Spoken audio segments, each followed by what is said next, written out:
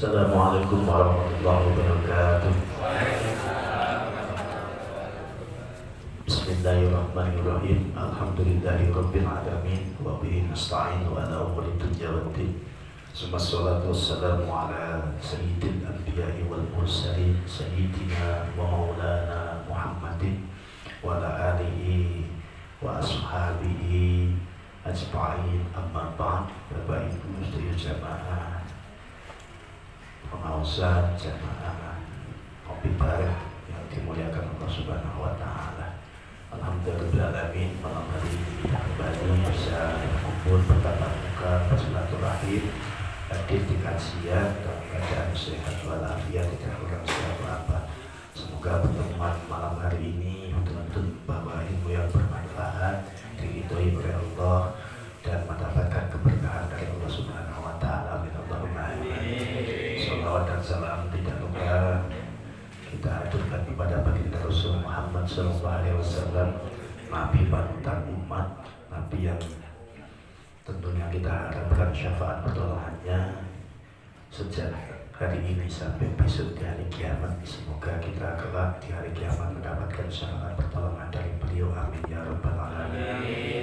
Bapak Ibu hadirin yang dirahmati Allah Subhanahu wa taala, pada malam hari ini kita akan mengkaji hadis Arba'in Nawawi yang ke-40, di mana kita beri tema pada malam hari ini, hidup bagaikan pengembara atau pengelana.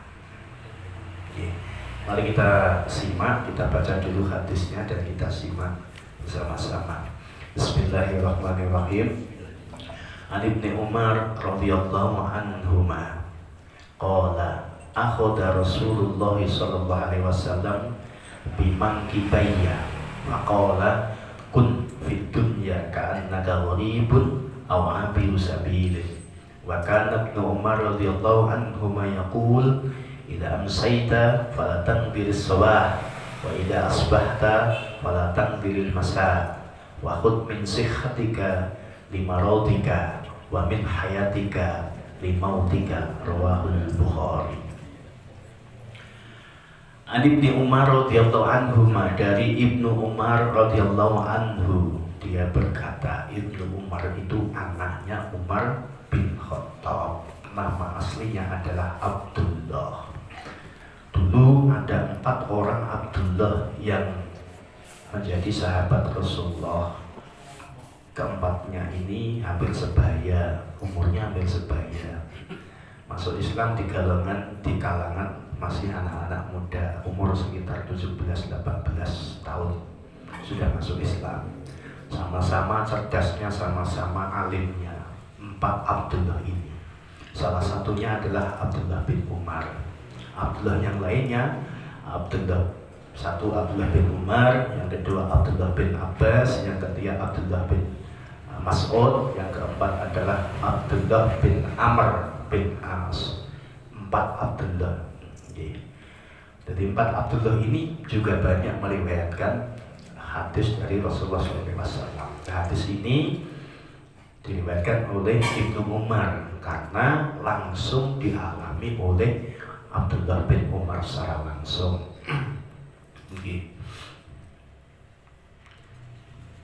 Dia menyampaikan bahwasanya Rasulullah SAW pernah bersabda. Jadi Rasulullah pernah memegang kedua pundaknya. Akhadha Rasulullah bimankibayya, Rasulullah itu memegang pundakku. Jadi Rasulullah di belakangnya harus dipegang pundaknya. Rasulullah terus ngendika, faqala kun fid dunya ka'annaka gharibun. Jadi sambil dipegang, kun fid dunya ka'annaka gharibun aw 'abiru sabilin.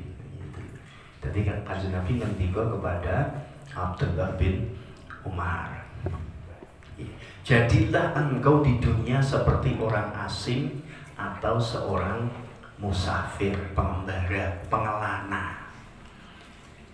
Nah, kemudian Ibnu Umar juga berkata, mengomentari hadis ini, wa kana Ibnu Umar radhiyallahu anhu ma yaqulu, dia berkata, idza amsayta falatan bilis sabah, jika kamu sudah memasuki waktu sore hari, maka jangan menunggu datangnya pagi hari. Artinya kalau sudah sampai sore, manfaatkan waktu, rasa ngenteni subuh pagi. Wa idza asbahta fala tangdiril masa. Nek kamu sudah mendapati waktu pagi hari, maka jangan menunggu sore hari. Artinya gunakan waktu dengan baik, manfaatkan waktu dengan sebaik-baiknya, isi waktumu itu dengan kegiatan-kegiatan yang bermanfaat, utamanya beribadah kepada Allah Subhanahu wa Ta'ala. Wa khudh min sihhatika limaradika. Manfaatkanlah sehatmu sebelum datang sakitmu. Wa min hayatika limautika. Dan manfaatkanlah hidupmu sebelum datangnya kematianmu. Hadis riwayat Bukhari. Penjelasan hadis ini. Hadis ini menerangkan bahwasannya kehidupan di dunia ini hanya sebentar saja, tidak lama atau tidak langgeng. Memang nggak terasa hidup ini. Saya saja koyo-koyo ngalami masa-masa SMA itu baru kemarin saja. Tahu-tahu saya wis anak loro. 5 tahun yang lalu rambutnya ireng, jenggotnya bareng ireng. Saat ini wis hampir semuanya putih. Gigi sudah mulai bertanggalan. Padahal mulai umurnya baru 40. Untungnya pun coplok 5 kok saya. Wis 5 nih gue foto 5 nih. Sudah 5 udah hilang. Yang sepuh mesti wis tambah akeh. Perkara untung niku ya lucu. Tiang niku kan biasane napa dikei perkara sing palsu kan ndak mau. Duit palsu mau. Jasa palsu ya mau kan ngono gak rapayu. Tapi nek perkara untung ngene ora gelem dikei asli niku kan. Dikei sing palsu malah gelem gitu. Ana dokter misalnya ngomong untune kok coplok lo genti untuk sing asli pripun? Purun apa mboten? Lah untune apa? Iku tanggoku ini mati tak coplok. Tak genti jenengan. Wah ya ora gelem gitu. Nak untung mesti geleme sing palsu. Nak duit palsu. Apa? Jangan sing asli nak duit. Satu-satunya perkara yang palsu sing digelemi niku ya apa? Duit. Nek asli kok dimoi ya perkara untung niku. Contoh untung asli ganti untung wedhus itu ya bukan mesti kok. Malah wedhus ora tau ora untul. Padahal ora tau gosok gigi ya pernah.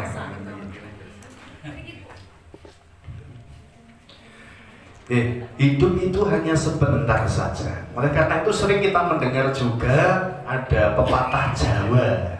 Kiai-kiai ulama-ulama sering menyampaikan, urip kuwi sak dermo mampir ngombe. Jenenge mampir ngombe kan sebentar, tadi tidak lama. Kecuali ngopi, ku sak wen-wen nek ngopi. Nggih, sak wen-wen sak santai kopi. Tapi masih yo nggih ngopi ki dangu tetep sedelok mboten dangu gitu nggih. Jadi orang Jawa dulu sudah memberikan nasihat kepada kita bahwa hidup itu hanya sebentar saja. Oleh karena itu maka jangan sampai kita dalam kehidupan kita ini kita sampai terlena dengan dunia, sibuk ngurusi dunia, sibuk dengan pekerjaan, sibuk mencari uang, sibuk menumpuk harta, hanya mengejar kesenangan dunia, tapi lupa dengan tugas utama kita, yaitu beribadah kepada Allah Subhanahu wa Ta'ala. Allah berfirman, wa ma khalaqtul jinna wal insa illa liya'budun. Tidaklah aku ciptakan jin dan manusia itu kecuali hanya untuk beribadah kepada Allah. Jadi tujuan kita diciptakan di dunia itu untuk beribadah kepada Allah, mengenal Allah Subhanahu wa Ta'ala. Maka kalau orang lupa sampai tidak beribadah kepada Allah, maka dia lupa terhadap tujuan dia diciptakan, tujuan dihidupkan. Ya, kalau sudah lupa, dia lupa kepada Allah, maka besok di hari kiamat Allah pun akan melupakan dia. Orang dihisab, enggak dihisab. Orang dihisab, orang ditimbang ning akhirat boten, tapi toko-toko diuncalke teng lupa ya kan. Oh boten dihisab. Ning dunya lali ibadah, lali sebarang lali, tidak ada orientasi ibadah kepada Allah, ibadah orang orientasinya di dalam hatinya, tidak terpikir untuk beribadah, menyembah kepada Allah boten. Besok teng akhirat Gusti Allah tidak akan dilupakan dia itu. Lali nek duwe makhluk model ngono kuwi lali ngono kan. Dadi ora dihisab, penak boten ora dihisab. Ning langsung muncalke. Nah, iki. Jadi boten dihisab. Oh, dihisab itu kan sebenarnya ada orang yang takut hisab. Justru hisab itu untuk mengetahui timbangan kebaikan kita. Akeh HP apa akeh eleke. Nek misal ulun sedeng akeh eleke, ulun sedeng masih bisa berharap dengan syafaatnya Rasulullah. Alhamdulillah. Lah nek ngene iki kok sing ora dihisab niku, moro-moro Allah wis ra cetok giring langsung. Terus jebloske langsung. Dan itu lah naudzubillah, dilupakan oleh Allah Subhanahu wa Ta'ala. Naudzubillah. Karena jangan sampai kesibukan kita mencari harta, kesibukan kita mencari duit, kesibukan dengan keluarga, dengan anak-anak, melalaikan kita dari berpikir kepada Allah, artinya beribadah kepada Allah Subhanahu wa Ta'ala. Allah tegaskan di dalam Al-Quran, ya ayyuhalladzina amanu la tulhikum amwalukum wala auladukum an dzikrillah wa may yaf'al dzalika fa ulaika humul khasirun. Wahai orang yang beriman, janganlah hartamu, anak-anakmu melupakan kamu dari mengingat Allah. Mengingat Allah maksudnya beribadah. Ketunggul karo bojo, ketunggul karo anak, ketunggul karo gawean, ketunggul kalian harta benda, lupa, tidak ada ingatan untuk beribadah kepada Allah Subhanahu wa Ta'ala. Dan barang siapa yang berbuat demikian, lupa masjid yo lali, ora duwe angen-angen sapa masjid, ora duwe angen-angen wong salat yo ora diangen-angen. Maka orang seperti ini langsung Allah katakan faulaika humul khasirun. Orang seperti inilah yang pasti akan rugi. Artinya rugi sudah dipastikan rugi, sekalipun dia berbuat baik tidak akan dicatat. Timbangannya tidak ada, langsung dicap rugi. Setiap orang pasti berbuat baik ya, pasti wong yo ngene jatah bojone, anaknya disekolahke, nggih. Ya berbuat baik pada istri, kepada tetangga, kepada masyarakat. Tetapi tidak ada orientasi untuk beribadah, pengen mengenal Allah, pengen mengenal agama, pengen melaksanakan ajaran agama dengan baik dan benar. Tidak ada orientasi itu, maka orang ini pastikan rugi. Langsung Allah memastikan rugi. Faulaika humul khasirun. Wong seperti ini pasti ruginya besok di hari kiamat. Naudzubillah. Makanya kalau panjenengan bisa hadir malam hari ini bareng-bareng menuntut ilmu, mempelajari, memahami ilmu-ilmu agama, ya semoga ini menjadi bekal besok di hari kiamat. Man salaka tariqan yaltamisu fihi ilman sahalallahu tariqan ilal jannah. Barang siapa yang ringan hatinya, ringan kakinya, ringan hartanya untuk memperoleh ilmu, maka Allah mudahkan baginya jalan menuju surga. Amin Allahumma amin. Ya, kita hari ini sering bertemu, besok di hari kiamat ya moga-moga ning pelataran surga iso ngopi bareng sambil bernostalgia.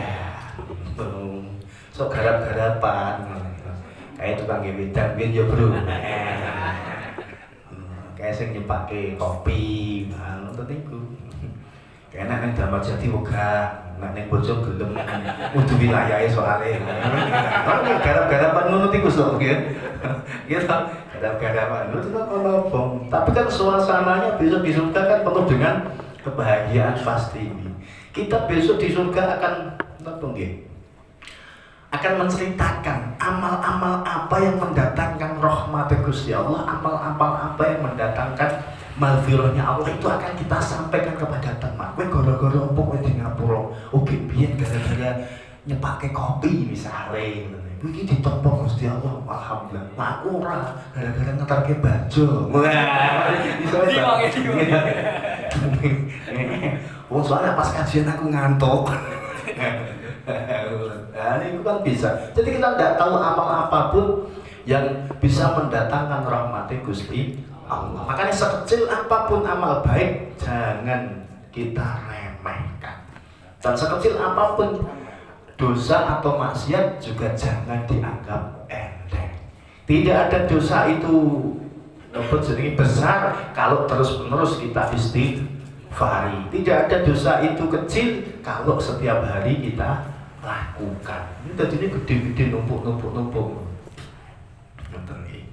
Jadi sesibuk apapun kita dalam bekerja, berkumpul dengan keluarga, dengan istri, dengan anak, jangan lupakan Allah. Sediakan waktu untuk beribadah kepada Allah Subhanahu wa Ta'ala.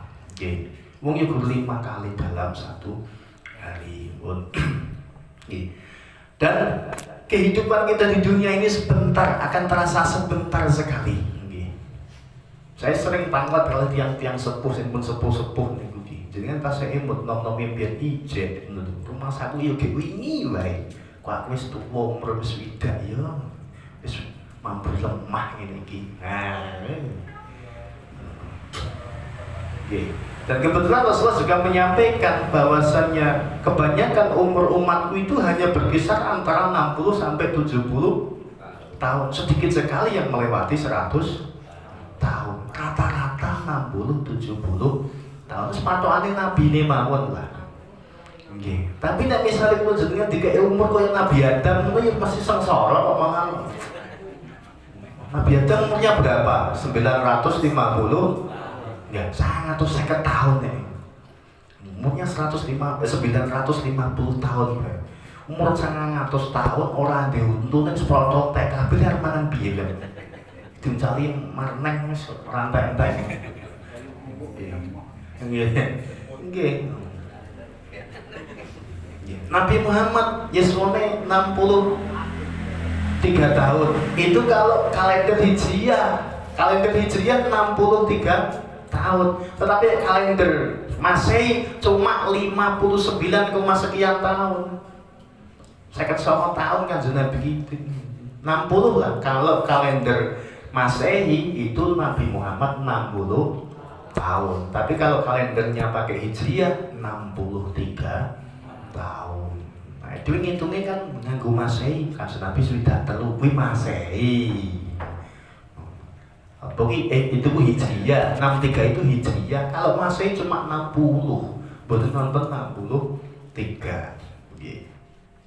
Kalau umat-umat terdahulu punya panjang-panjang. Nabi Adam, Nabi Nuh itu juga umurnya panjang sekali dan tingginya juga tinggi sekali. Nabi Adam 33 hasta. 150 hasta, kurang lebih sekitar 33 meter lah, dari 33 meter. Bayangin 30 meter lebih, omae wis sepiro.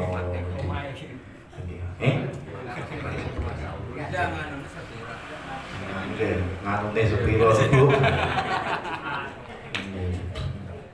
Ada lagi kaum Ad. Kaum Ad itu juga tinggi-tinggi sekali, tinggi-tinggi. Rata-rata tingginya 30 meter.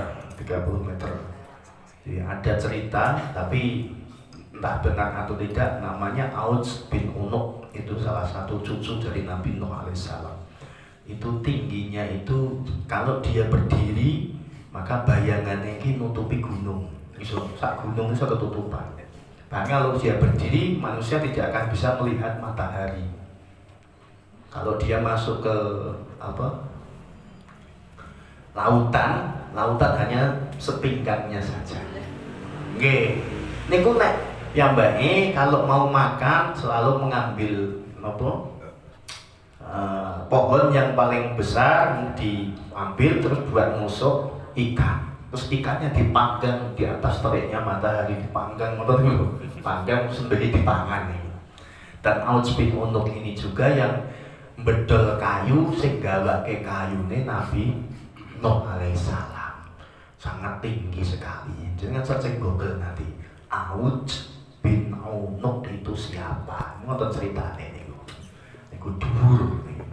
Nah kon bedol ke kayune Nabi Nuh niku hanya diopahi roti, hanya roti toh. Wah aku gede semen kok kayak roti wonder ngono iki ya ora warak aku. Wis tok manut to ning sadurunge mangan kowe kudu maca bismillah. Ya, baca bismillah lagi dipangan separuh sudah kenyang. Diletakkan wis ora warak aku diletake lagi. Besok ketika mau makan wis utuh meneh. Dadi pun makan separuh. Itu namanya Auj bin Unuk. Ini cerita hikayat, cerita diceritakan di cerita-cerita Israiliyat itu ada, di Daqaiqul Akhbar ada itu. Umurnya umat Nabi Muhammad kula jenengan 60 sampai 70. Pokoknya kalau sudah 60 atau lebih dari 40 kita harus siap ora siap kudu siap. Wis pokoknya gitu. Kudu kita siap-siap. Nggih.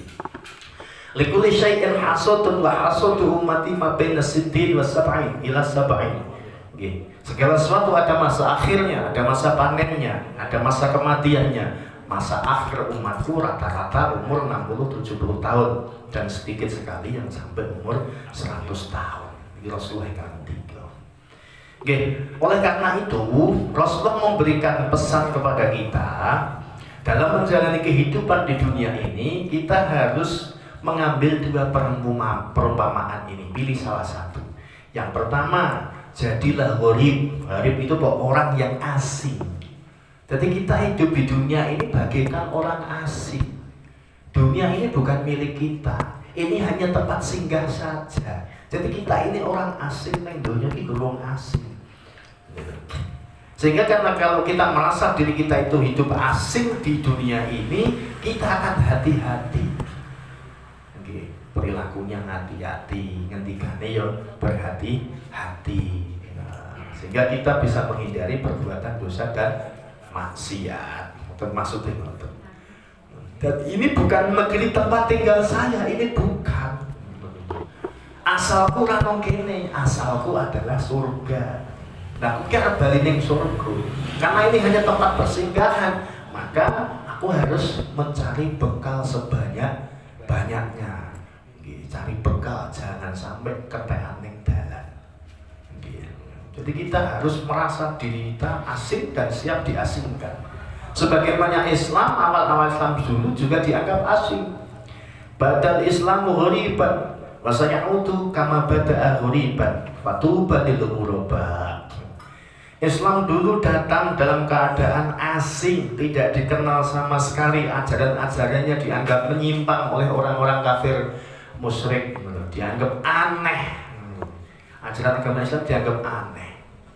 Dan kelak besok di hari kiamat, menjelang hari kiamat, Islam akan kembali menjadi asing, dianggap aneh. Maka beruntunglah orang-orang yang dianggap asing, aneh, yang diasingkan. Rasulullah bertanya, siapa ghuraba itu ya Rasulullah? Siapakah orang asing itu? Rasul menjelaskan, qila ya Rasulullah, wa manil ghuraba? Ditanya Rasulullah, ditanya, wahai Rasulullah, siapa orang asing itu? Al ghuraba, kan ono lagu tuh, ghuraba. Ada ya? Ada lagu ghuraba ya. Ghuraba itu orang asing. Faqala Rasulullah menjawab, alladzina yuslihuna idza fasadan nas, yaitu orang-orang yang melakukan perbaikan saat manusia sedang rusak-rusaknya. Dia mau melakukan perbaikan di tengah manusia yang berbuat kerusakan. Wong dolan seneng nang masjid, awake dhewe seneng nang masjid. Wong do sibuk dengan dunianya masing-masing, kita mau beribadah. Pokoknya mungkin orang beribadah itu dianggap asing. Makanya kalau jenengan ketika mengajak orang untuk berbuat baik, berdakwah, kemudian diasingkan, itu wis biasa. Ngajak ngaji dianggap asing, aneh, dikucilkan, diasingkan. Oh, selasa ngajak kayak angel kayak gini. Jadi wajar, kita harus siap mental. Ketika kita ngajak berbuat baik, diasingkan, dikucilkan, dimusuhi, dicaci, maki, dianggap aneh, kita harus siap. Kata Rasulullah tuh balil qulubah. Nah, orang-orang seperti ini nanti yang akan beruntung di hadapan Allah Subhanahu wa Ta'ala. Kalau orang berbuat maksiat saja berani ngeden kendel, lah nopo kayak dhewe berbuat baik ngajak apik kok kadang riko-riko wedi-wedi itu nopo. Sing maksiat wing wedeng turun dalan wani awake dhewe ngejak apik kok malah wedi nopo. Enggak usah takut, kita ini benar tentu. Dianggap asing ya wis ben ora apa-apa, wis maju terus bismillahirrahmanirrahim. Tapi asal kita itu berdebat dengan baik, diskusi dengan baik, insya Allah orang itu bisa menerima. Dodok hatinya insya Allah bisa menerima. Ya pokoknya debat dulu, biasa, berdebat itu biasa, berdiskusi itu biasa, untuk mencari kebaikan. Kalau tetanggamu lupa, ingatkan tentang Allah, ingatkan tentang agama, ingatkan tentang adab, ingatkan tentang godaan setan dan lain sebagainya. Ingatkan mereka. Tapi saat kita berdakwah, mengajak kepada kebaikan, siap-siap untuk diasingkan, siap-siap untuk dikucilkan, siap-siap untuk digeremengi. Apa geremengi? Diomong neng buri ini biasa, kudu siap, lahir batin siap. Sebagaimana dulu Islam juga dianggap asik, dianggap aneh. Nah sekarang dianggap kuno, ibadah kuno kan. Ini. Kemudian yang kedua, yang pertama siap dianggap asing. Kemudian yang kedua awabir sabil atau maknanya sebagai pengembara atau pengelana. Bagi itu adalah kudu siap nih dianggap pengelana. Nah ini kalau sikap yang kita lakukan karena tekanan dari pihak luar atau anggapan dari pihak luar. Tapi secara pribadi kalau jenengan menerapkan bahwa saya ini hanya berkelana. Kados lagu ini Roma Irama. Tapi kan kalau Roma Iranya, Roma kan nganu berkelana mencari cinta sejati gitu ya. Nah, ngono gitu ya. Diusir marang tuane. Lah iya berkelana mencari cinta sejati. Dalam aku berkelana. Ngono gitu lagu niki. Terus diplesetke bocah-bocah dalam aku berkelana.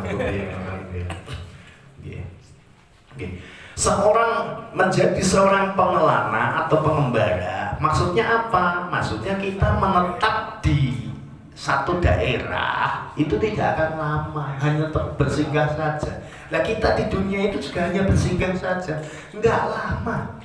Kehidupan dunia, tadi sudah saya sampaikan, hanya 60 sampai 70 tahun rata-rata, sedikit sampai 100 tahun. Kehidupan di alam barzakh lebih lama. Lebih-lebih besok kehidupan di akhirat langgeng selama-lamanya. Nek neng surga ya selama-lamanya, di neraka ya iso uga selama-lamanya. Nek wong muslim wong mukmin tergantung dosane. Dosane akeh ya suwe ning neraka, dosane sithik ya sedelo. Dosane di ngapura entuk syafaat Kanjeng Nabi ya ora sida nyemplung neraka, dijak mlebu surga. Iku sing kula sedherek harap-harapkan. Jadi kita ini hanya pengembara yang suatu saat harus kembali ke tempat asalnya, yaitu surga. Kita ini penduduk surga, lagi hijrah ning dunya, masuk bakale baik. Nek jenengan arep betah ning donya ya monggo. Betah ning donya ya monggo. Tapi ya pulangnya kudunya ke tempat asal, jangan sampai keliru, menurut. Ke tempat asal yaitu surga, untuk sampai kesasar. Kesasarnya teh neraka. Neraka itu bisal masir, bisal me'at, gitu. Tempat kembali yang buruk itu neraka. Jangan sampai masuk ke dalam neraka. Nah, syarat utamanya seseorang, anak cucunya Adam, umat Kanjeng Nabi, ya, bisa masuk ke dalam surga itu harus mendapatkan rahmat Gusti Allah.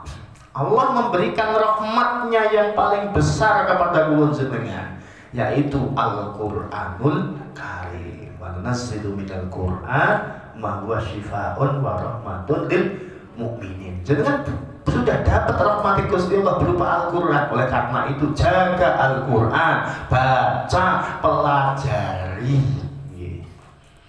Baca setiap hari kalau bisa rai iso sak juz ya alhamdulillah, ora iso ya sak rai, ora sak rai yo sak ayat. Ora iso, sing penting anggere jenengan salat mesti maca Al-Qur'an. Anggere salat ya maca Qur'an, nek ora salat ya ora maca Qur'an kan ngoten. Nggih. Asal orang itu salat pasti membaca Al-Qur'an. Minimal surat Al-Fatihah. Al-Fatihah bagian dari Al-Qur'an, malah disebut Ummul Qur'an. Induknya Al-Qur'an itu surat Al-Fatihah. Terus kecekel berarti. Terus yang kedua, rahmat Gusti Allah adalah diutusnya Rasulullah SAW. Wa arsalnaka illa rahmatan lil alamin. Sing paling kula sampaikan bahwasanya Rasulullah itu bentuk rahmatipun Gusti Allah. Karena Rasulullah itu bentuk rahmatnya Allah, sudah otomatis Rasulullah itu adalah kekasihnya Allah. Nabi sing paling dikasih. Nek kula jenengan dompet Kanjeng Nabi.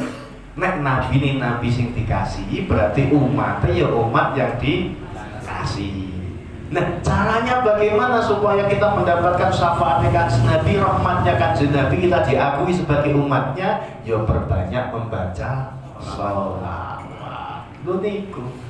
Wa sholli ala Muhammad. Asal tiga dilakoni pasti dengan baca sholawat ala sayyidina Muhammad sallallahu alaihi wasallam. Baca sholawat wajib. Jadi para ulama ahli sufi, ulama-ulama sing top niku wajib sholawat ki. Sholawat kepada Nabi itu wajib, tidak sunnah. Wajib. Jenengan sholat tidak baca sholawat, sholat tidak baca sholawat tidak sah. Ada 5 rukun qauli yang wajib.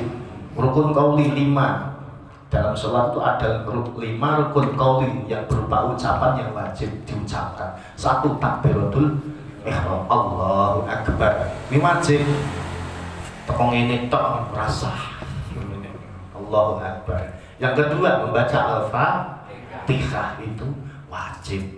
Baca Al-Fatihah wajib. Kemudian membaca tasyahud, syahadat, asyhadu an la ilaha illallah wa asyhadu anna muhammadar rasulullah, wajib. Yang ketiga, membaca sholawat dan salam yang terakhir, assalamualaikum warahmatullah. 5 ini wajib, sing rukun qauli, ucapan. Takbiratul ihram, Allahu Akbar, surat Al-Fatihah, tasyahud itu syahadatain, sholawat dan salam. 5 ini wajib, ojo ditinggalke. Jangan ditinggalkan. Bahkan Rasulullah ngendika, inna awlan nasabi yaumil qiyamah aktsaruhum 'alaihi sholatan. Seutama-utamanya manusia besok yang bersanding denganku adalah mereka yang banyak membaca sholawat kepadaku. Jadi mbiyen niku sholawat sing diakeh-akeh. Sholawat kepada Kanjeng Nabi. Kenapa kok para ulama mewajibkan membaca sholawat? Karena apa? Karena Allah pun bersolawat. Lu Gusti Allah nglakoni, mosok njenengan mboten nglakoni ngono lho Pak Lintasan. Innallaha wa malaikatahu yusholluna 'alan nabiyyi ya ayyuhalladzina amanu shollu 'alaihi wa sallimu taslima. Sesungguhnya Allah bersolawat kepada Nabi Muhammad beserta para malaikatnya. Wahai orang beriman, bersolawatlah kamu kepada Nabi Muhammad. Jadi solawat yang bagus itu ada dua kata ini, sholli wa sallim. Ada kata sholli dan wa sallim. Shollu alaihi wa sallimu taslima. Pokoknya bentuk solawat apa saja kalau ono sholli wa sallim itu solawat yang terbaik. Jangan lupa sholli wa sallim itu kudu ono baca solawat. Sing redaksine ono kuine insyaallah. Dengan solawat apa model nopo mawon terserah. Solawat dengan model nopo mawon monggo terserah. Banyak karangane para ulama-ulama itu kata.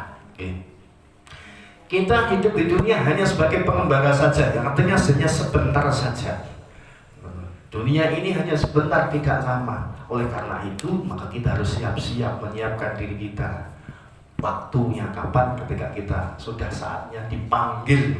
Jenengan pen stasiun diceluki karo supir dan munggah bis, yo lek munggah melu bis nek mboten tinggal. Nggih. Itu. Nah, setelah manusia mati, akan singgah di alam kubur, yaitu alam barzakh. Alam barzakh. Alam kubur ini stasiun pemberhentian awal. Stasiun pemberhentian awal dari alam akhirat. Dan alam kubur lebih lama dari alam dunia. Dengan bayangke sejak Nabi Adam sampai hari ini wis suwi to. Berapa ribu tahun kira-kira? Berapa ribu tahun kira-kira? Nabi Musa wae kila menurut para peneliti Nabi Musa itu 3000 sebelum Masehi. 3000 sebelum SM, sebelum Masehi. Saat ini 2025 Masehi. Berarti kan Nabi Musa aja kurang lebih sekitar 5.000 sampai 6.000 tahun yang lalu. Itu Nabi Musa. Nabi Musa itu jaraknya Nabi Muhammad sampai Nabi Musa itu sebentar. Nabi Muhammad dengan Nabi Isa 500 tahun. Nabi Isa terus Nabi Musa sebentar, sekitar 2000-3000-an. Nah, Nabi Adam kila ada yang mengatakan minus 35 sampai 60.000 tahun. 60.000 tahun yang lalu. Sudah pun sampai yang gitu. Sudah kok tahun. Sudah tahun itu bayangin.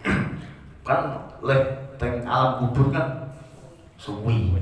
Tapi boleh saya khawatir kalau orang soleh, orang baik, mukmin, muslim, soleh, tidurnya pengantin baru. Jadi kita ini besok ketika kepanggil oleh Allah Subhanahu Wa Taala disarek wonten ing kuburan, tidurnya itu ibarat tidurnya pengantin baru. Maksudnya apa? Pules-pulese, uwinu ya ayam. Dan ibarat kata Rasulullah menyampaikan kalau tidurnya orang soleh, kuburnya orang soleh itu ibarat raudhatun min riyadil jannah, taman-taman surga. Ibarat jenengan tidur di taman, angin sepoi-sepoi, pasok panas, nong isor bed, indah, anginnya sepoi-sepoi, man sejuk, bingung nanti sepoi nanti. Ibarat tidur. Ikuti alam barzakh. Rasul menyampaikan innal qabra awwal manazil akhirah. Kubur itu adalah persinggahan pertama dari kehidupan akhirat. Fa inna jaminhu fama ba'dahu aisaru minhu. Barang siapa yang selamat ketika ada di alam kubur, maka sesudahnya akan lebih mudah. Artinya akan lebih selamat lagi. Neng kubur kok selamat, sakwuse kok gampang insyaallah selamat. Wa ilam yanju, tetapi kalau dikubur saja dia tidak selamat, fama ba'dahu asyaddu minhu, maka sesudahnya akan lebih mengerikan, akan lebih berat lagi, lebih dahsyat lagi siksaannya. Maka di dalam kitab Ar-Ruh disampaikan, di dalam Ar-Ruh Ibnu Qayyim al-Jauziyah menyampaikan ada 3 harapan orang-orang yang sudah dikubur. Harapannya telu yang buat dikubur. Siji, wis kadung mati nggih kon uripke ya ora iso. Dia harapannya 3 kepada Allah. 1, nek wong muslim dia berharap kiamatnya cepat. Mergo selak pengen weruh surga. Selak nek kiamat wae to ayo suara sabar weruh wis weruh surga. Karena kuburnya menjadi taman-taman surga. Jadi masaannya surga ya ambune tekan kuburan. Itu kalau orang soleh. Kalau orang tidak soleh, dia mendapatkan anak di kubur, dia berharap kiamatnya rasido, mundur baik. Gusti kiamatnya rasido, mundur baik. Ternyata anak kubur saja udah begini beratnya ya Allah. Mas ampun, ojo sido, muga-muga rasido kiamat. Nah niku. Tapi makanya jenengan nek ana lagu niku saben malam Jumat nanti kubur titik ngomong aja percaya niku. Niku itu tidak ada itu keterangan bahwa setiap malam Jumat ahli kubur titik ngomong di penjara titik ngomong ora iso kok. Wong berbuih niku iso titik ngomong. Ndak bisa gitu. Lah itu kan orang kalau orang mukmin, muslim, amal soleh, dia orang soleh, rohnya itu nanti akan dimasukkan oleh Allah dalam illiyin, tempat yang mulia di sisi Allah Subhanahu wa ta'ala. Tapi kalau orang yang ahli maksiat, ahli nglakoni dosa, orang yang buruk katakanlah amalnya tidak soleh, dianggap tidak soleh, dia masuk ke dalam sijin. Sijin itu apa? Penjara. Menjadi lobang-lobang neraka, hufratun min hufarid nira. Sungupe panase neraka niku wis tekan kubur, wis dirasaki kalih roh itu sudah dirasakan. Ya, sudah dirasakan oleh dia. Sehingga dia berharap nek kaya ngono panase siksa neraka pun Gusti ora sido, ora sido. Kiamate ora sido, diundur. Padahal ning donya wis difilmke kiamat sudah duka ada wes.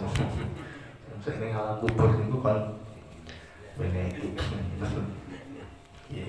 Itu yang pertama. Kemudian yang kedua, dia berharap kepada Allah Subhanahu wa ta'ala doa dari orang-orang yang masih hidup, utamanya istrinya, anaknya, suaminya, keluarga-keluarganya, teman-temannya.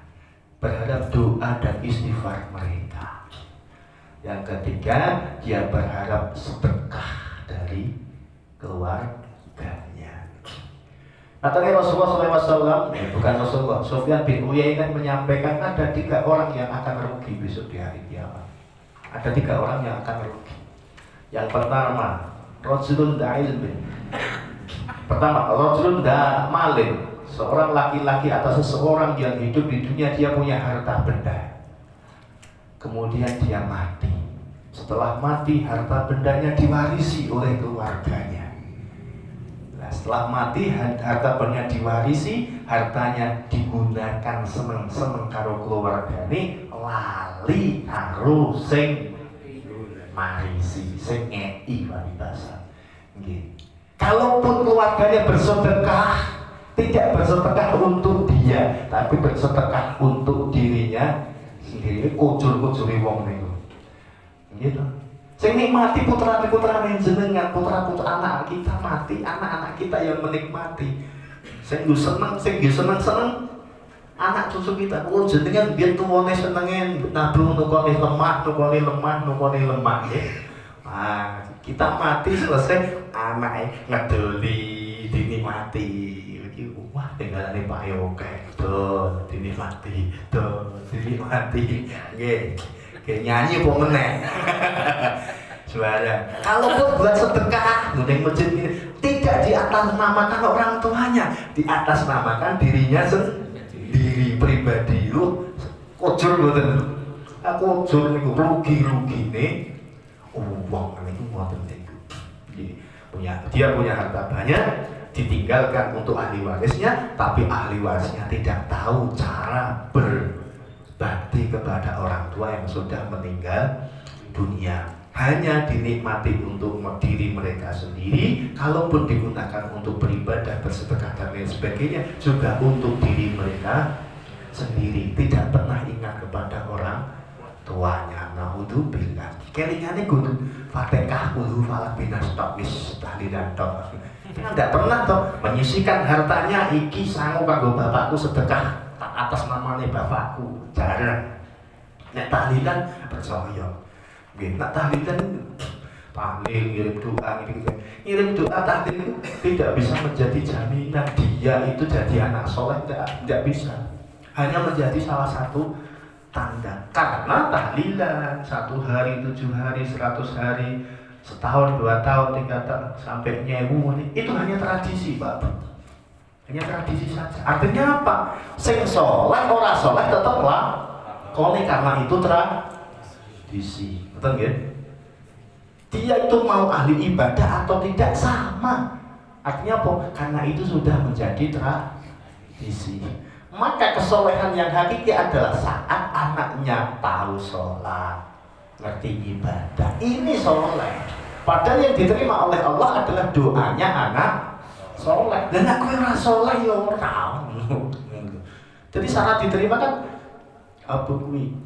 Waladin sholihin yaqula. Doa anak soleh.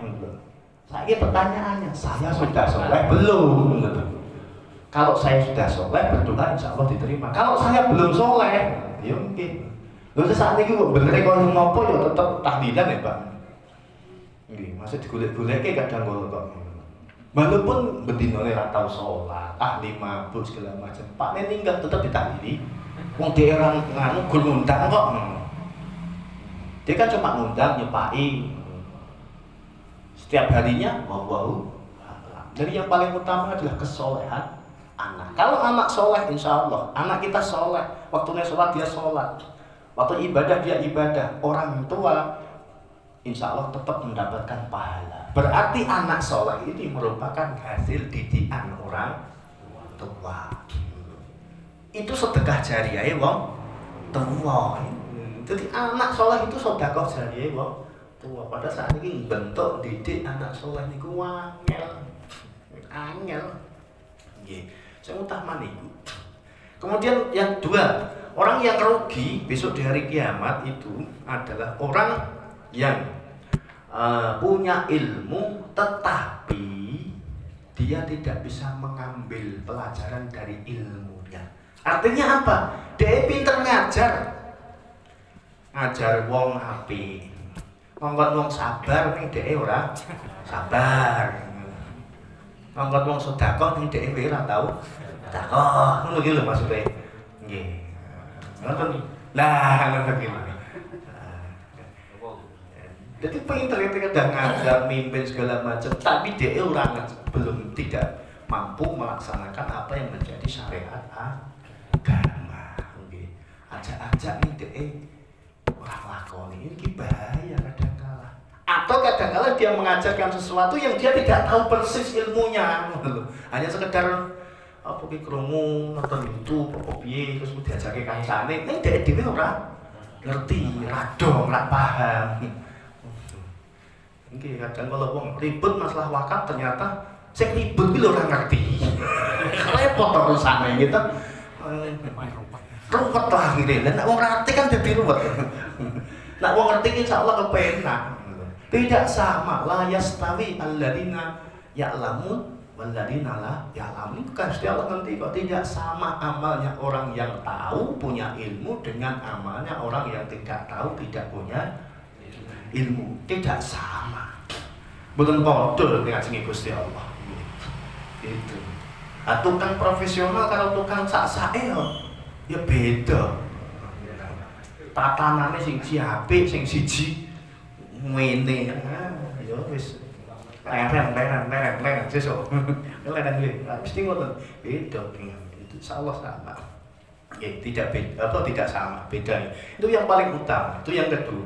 Yang kedua, rugi-rugi wong itu orang yang mengajarkan ilmu, ajak-ajak kebaikan dan lain sebagainya, tapi dia sendiri tidak bisa mengambil manfaat dari ilmunya. Kenapa? Karena tidak berdasarkan ilmu dan pemahaman atau sesuai dengan syariat.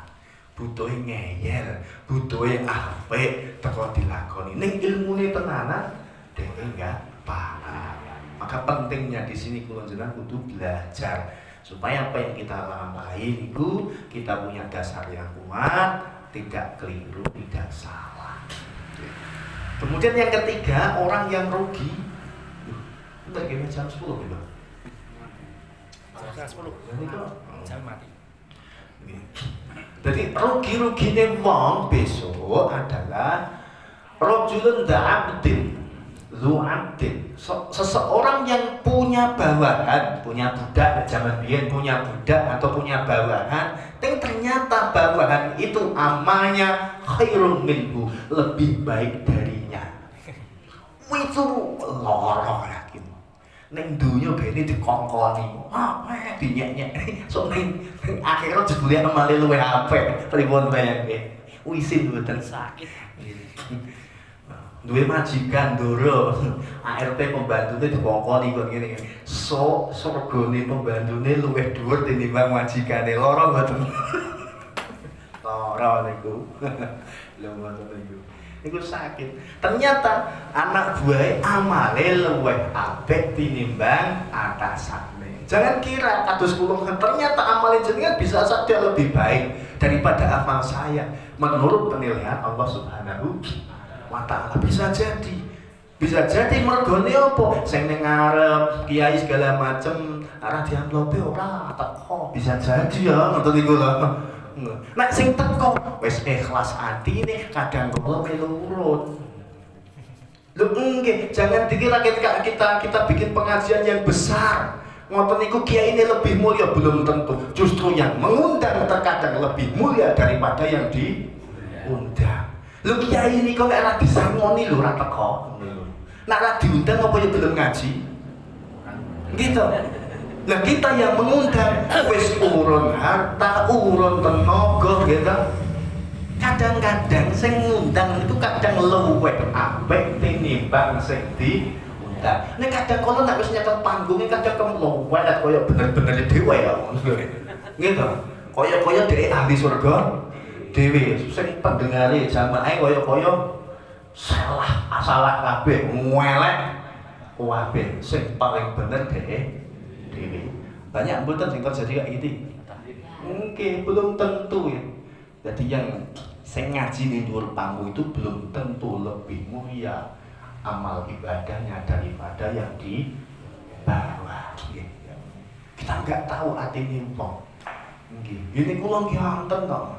Wong diundang ngoten niku tokoh. Nek mboten dikeki wektu ora mangkat, Pak. Jadi ketika diundang niku mesti tekon aku entuk jatah apa. Nek entuk jatah mboten dugi. Niku lho enten niku. Nggih.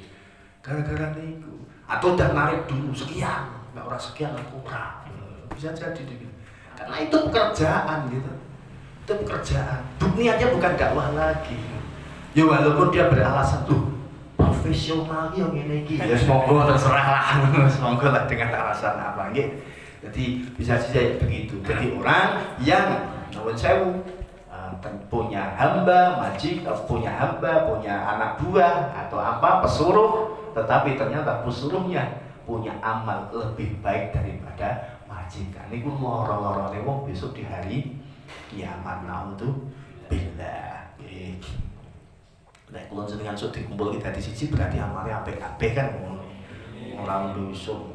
Ya ampun di dewek-dewek ya Gusti dados ki setunggal ngoten sak kapling niki bareng. Wah ngono kapling. Ya sak RT nggih. Ketua RT-ne tetep kene. Ketua RT-ne tetep nggih. Alam kubur itu lebih lama daripada alam dunia. Maka persiapkanlah amal-amalan yang bisa madangake kubur, yang bisa menerangi kubur, yang bisa ngancani kula jenengan nalika tidur di alam kubur. Menjadi teman kita salah satunya dengan senang membaca surat Al-Mulk sebelum tidur, membaca surat Al-Ikhlas, Qul Huwallahu Ahad, terus surat akhir surat Al-Baqarah itu dibaca, zikir, tasbih dan sebagainya. Ada 4 amalan yang bisa menerangi kubur. 1. Membaca tasbih, 2. Qiraatul Quran, 3. Sholat. Qiraatul Quran itu umum, ya termasuk surat Al-Mulk, terus sholat sunnah, itu menerangi kubur. Dan yang terakhir sedekah. Tapi juga jauhi perkara-perkara yang mbak-mbeti kubur. Sing iso gawe peteng kubur, yo kita perhatikan. 1. Seneng nek nguyuh ora resik. Wong dikipat-kipatke ngono iki. Nguyuh sing bersih. Kalau bersuci itu bersih. Salah satu penyebab azab kubur itu kalau kencing tidak bersih, ora resik. Ngadeg ora apa-apa, karena ada hadis Rasulullah nate pergi buang air kecil dalam kondisi berdiri juga pernah. Berarti sunah toh, ngadeg ya sunah, lungguh ya sunah. Di antara semua yang paling apik, ning paling sering niku lungguh Nabi ngono. Kanjeng Nabi ku wis lumrahe menungso ngoten niku lho. Cara wong Jawa mangan ning ngarep lawang kan mboten nang sak. Kanjeng Nabi katanya yo pernah niku. Lha piye Kanjeng Nabi? Kanjeng Nabi lumrahe menungso ngoten lho. Lumrahe menungso, dadi niki wis biasa. Sekiranya kula jenengan iki ora patut Kanjeng Nabi pede nglakoni. Kanjeng Nabi tilem ya Kanjeng Nabi tikeran biasa sing bangun tidur niku bekas tikere ngecat ning kekeringan umat itu napa kula penderi kasur Gusti ora. Aku urip ning donya hanya sekedar berkelana, tempat bersinggah saja. Tempatku ki ora mulya ora nang donya tapi besok di akhirat. Niku dengan Nabi. Jika kita napa spring bed emoh, kasur emoh, wis tiker wae. Niku Kanjeng Nabi Muhammad sallallahu alaihi wasallam. Kedengkian. Nah, perkara yang memetang-metangi kubur niku dengki. Dengki dengan orang, lebih-lebih nggih, dengki dan permusuhan dengan orang, lebih-lebih urusan bondo dunya naudzu billah. Nggih. Niku bisa metang-metangi kubur. Sing jelas tidak pernah beribadah, iku yo metang-metangi kubur. Nggih. Bedalah, pun. Nah, niku nggih. Jadi kita hanya pengembara, pengelana saja. Hidup di dunia sebentar, lebih lama di alam kubur, lebih besok di hari kiamat itu abadan selama-lamanya. Maka persiapkan dunia hanya sebentar ini kita maksimalkan. Ibadah kita maksimalkan di dunia. Nah, oleh karena itu apa yang harus kita persiapkan? Amalan-amalan apa yang harus kita lakukan ketika kita hidup di dunia supaya bekal kita besok di hari kiamat itu menjadi banyak, dibalas dengan balasan yang banyak oleh Allah Subhanahu wa taala. Tidak usah banyak-banyak. Minimal kita siapkan yang pertama, persiapkan amal yang terbaik yang bisa kula dengan lakoni. Nggih. Otomatis amal yang terbaik itu adalah amal yang fardu dulu, Fardu itu digondelirin, fardu ini amal terbaik adalah amal yang fardu. Apa yang difardukan oleh Allah Subhanahu sholat maktubat, puasa bulan Ramadan, ya dalam rukun Islam inilah amal terbaik itu dilakoni sih. Sampai Rasulullah pernah didatangi oleh seorang Badui, bertanya kepada Rasulullah, ya Rasulullah, nek kula niku salat 5 waktu, puasa di bulan Ramadan, menghalalkan yang haram, menghalalkan yang halal, mengharamkan yang haram, dan saya tidak menambahi sesuatu, bisakah saya masuk surga? Rasulullah menjawab bisa. Jadi yang wajib-wajib dulu. Amal terbaik itu adalah amal yang istiqomah, amal yang dilakukan secara terus menerus. Tidak ada amalan yang istiqomah kecuali sholat 5 waktu. Ya sudah, gondiri sholat 5 waktu. Orang sholat sunnah, orang popo. Poso sing wajib tok Ramadan, orang popo. Senin Kamis abot deh. Abot. Tapi yang penting sing wajib sih. Nah, gitu aja. Lah nek pengen tambahan baru sholat sunnah rawatib. Rawatib pun dibatasi, tidak usah banyak-banyak, cukup 12 rakaat dalam satu hari satu malam. Mungkin 12 rakaat wae sehari semalam sholat rawatibnya, sholat sunnahnya, nggak usah banyak-banyak. Itu yang dilakukan oleh Sayyidina Mu'adz bin Jabal. Itu yang istiqomah. Kalau dikir yang ringan-ringan saja, 3 tahlit aja. tak jali. Yo rasa akeh istighfar 11, sholawat 11, la ilaha illallah 11 ya cukup. Nggih.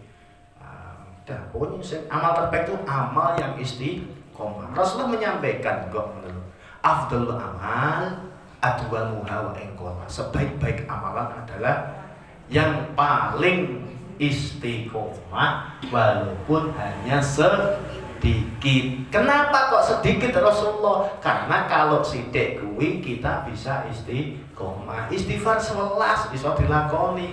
Lah nek ping 1000, ayo ping pisan tok, sesuk wis wegahan.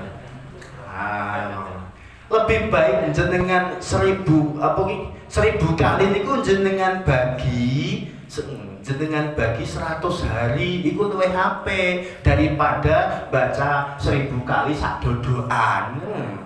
1000 kali dibaca 100 hari berarti sedina 10 niku luwih HP daripada sak dodoan stop ping 1000. Ning sesuk wis ora mandeg niku sing paling apik. Kemudian yang kedua, amalan yang berpotensi jariah. Artinya apa jariah niku? Terus berkesinambungan. Walaupun kita sudah meninggal dunia, tapi ganjarannya masih terus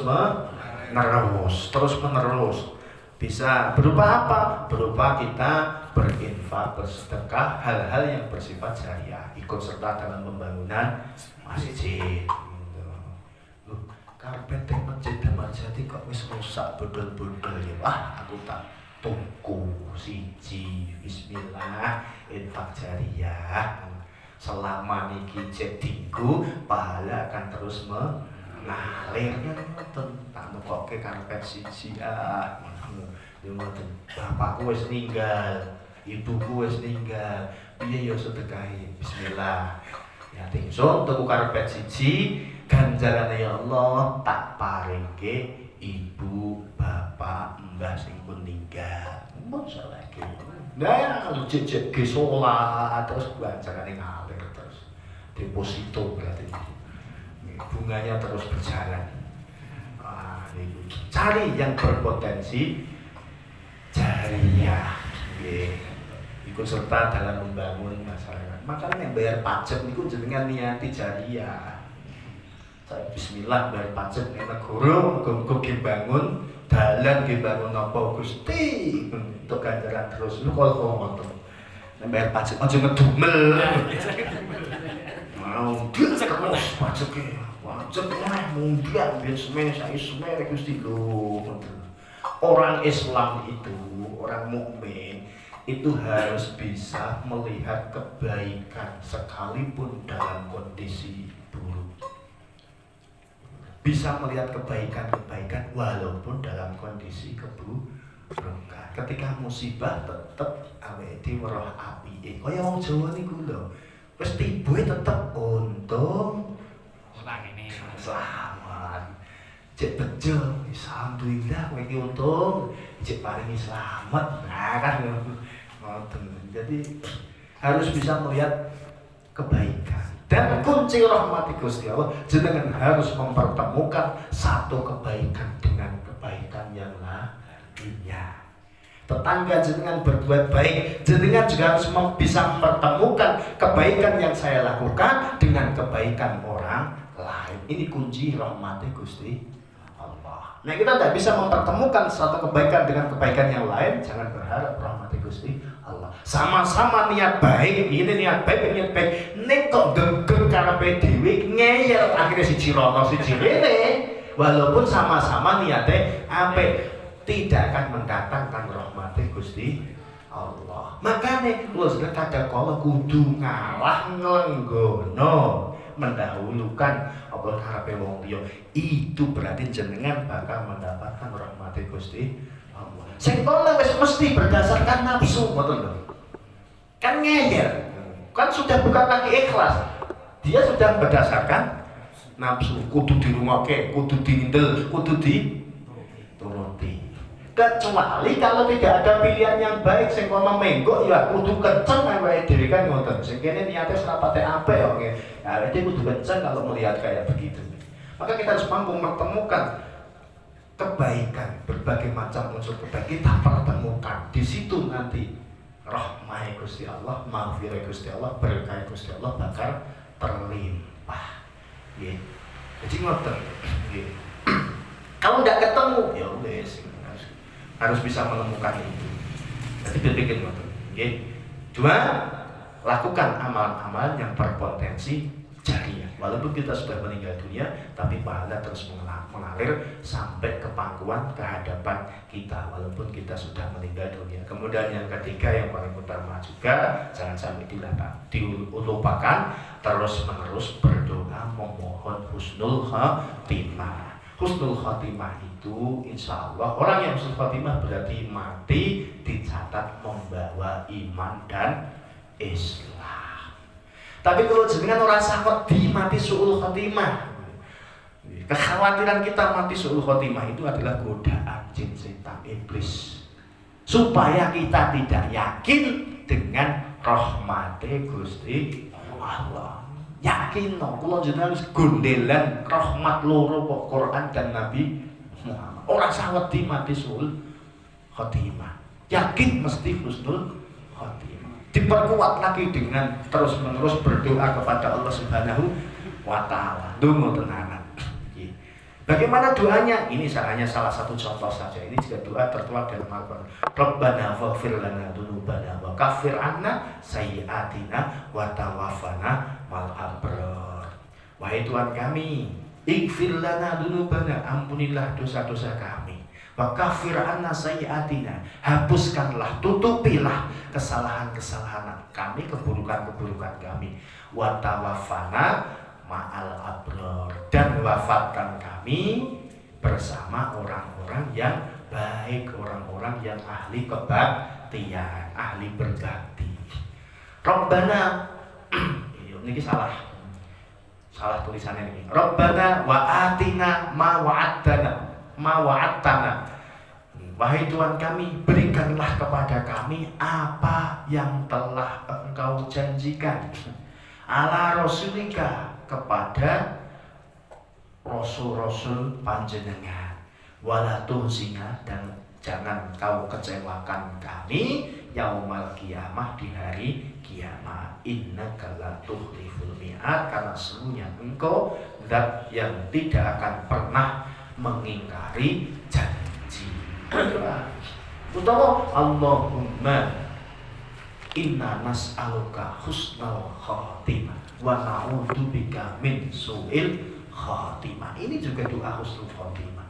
Bisa juga langsung jelas nyuwune, Allahumma inna nas'aluka ridhoka wal jannah wa na'udzubika min sakhatika wan nar. Wis cetha minta diparingi ridho, mati dalam kondisi ridho, terus juga diberi surga. Minta perlindungan dari kemarahan Allah, murkanya Allah, dan minta perlindungan dari azab neraka. Ini yang jelas. Atau Rabbi ahyini muslimin, Rabbi ahyini, atau Rabbana ahyina muslimin wa amitna muslimin walhiqna bis-sholihin. Wahai Tuhan kami, hidupkan kami dalam kondisi muslim, matikan pula kami dalam kondisi muslim, dan besok pertemukanlah kami dengan orang-orang yang saleh. Rabbi alhiqni bis-sholihin amitni amitni muslimin walhiqna bis-sholihin. Banyak doa nih, monggo cari doa yang pakai, jangan lupa. Tiga ini harus disiapkan ya. Kita siji, persiapkan amal yang terbaik. Amal yang terbaik itu apa? Amal yang paling istiqomah. Nah, kita mencari ilmu ini juga istiqomah. Setiap malam Senin, malam Jumat ngaji mangkat, mbah mudeng ora mudeng, paham ora paham, wae mangkat Gusti. Wis. Oke, karena apa? Janjinya Kanjeng Nabi, barang siapa yang ringan hatinya, kakinya melangkah untuk mencari ilmu, Allah mudahkan jalan menuju surga. Ada patokane iku, wis mangkat terus istiqomah. Salat istiqomah pun. Terus amal yang berpotensi syariah yang ketiga, minta diberi husnul khatimah, itu yang paling utama. Pun hanya niku yang bisa saya sampaikan. sampaikan. Mungkin pertemuan hari ini membawa berkah dan manfaat, menambah ilmu pemahaman lupanya sudah datang agama Islam dan betul-betul mendapatkan limpahan itu dan rahmat dari Allah Subhanahu wa taala. Allahumma amin. Saya cukupkan sekian. Akhirul kalam, wallahu musta'an wa billahi taufiq. Assalamualaikum warahmatullahi wabarakatuh.